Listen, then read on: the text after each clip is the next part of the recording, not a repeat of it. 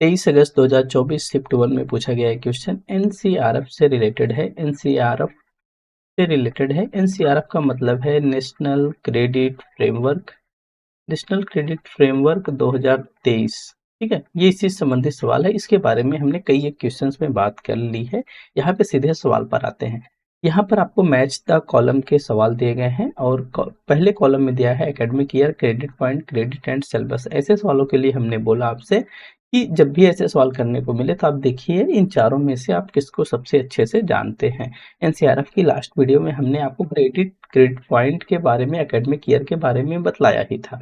तो credit point के बारे में हमने आपको बतलाया था कि जो क्रेडिट लेवल होता है, जो क्रेडिट लेवल होता है और जो क्रेडिट आप अर्न करते हैं एक साल में, जो क्रेडिट आप अर्न करते हैं एक साल में, इन दोनों को जब हम मल्टीप्लाई कर देते हैं तो यहाँ पर बन जाता है आपका क्रेडिट पॉइंट।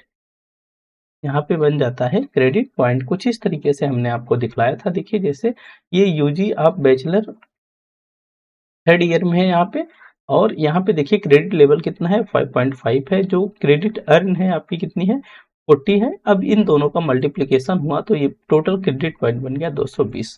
जैसे आप पीएचडी अगर आप कर रहे हो तो पीएचडी में क्रेडिट लेवल कितना है 8 है।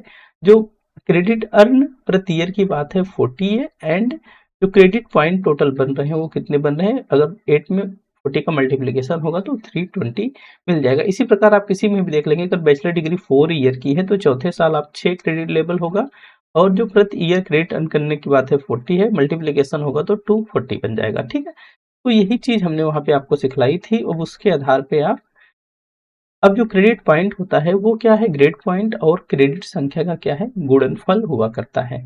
इस हिसाब से देखेंगे तो जो बी है, बी का चौथा विकल्प राइट आंसर के रूप में बन जाएगा। और जैसे ही आप बी का चौथा विकल्प राइट के रूप में चुनेंगे, बी का चौथा विकल्प राइट आंसर के रूप में चुनेंगे, देखिए ये भी कैंसिल हो गया, ये गया, ये गया, अर्थात सेकंड विकल्प इसका राइट आंसर बन जाएगा।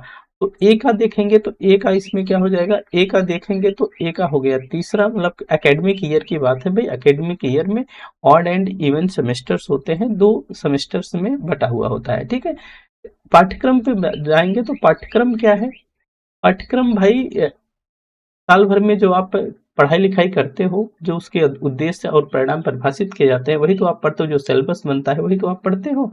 और जो क्रेडिट है वो क्या है, क्रेडिट भाई ये है प्रति सप्ताह आपके लिए निश्चित कर दिया गया है कि आप कितने घंटे की पढ़ाई करेंगे। तो उसी के आधार पे क्रेडिट का निर्धारण किया जाता है। क्रेडिट का निर्धारण कैसे होता है इसके बारे में भी हमने वीडियो बनाई थी, उसमें आपको बतलाया था। तो इस हिसाब से देखेंगे तो इसका सेकंड विकल्प राइट आंसर के रूप में बन जाएगा।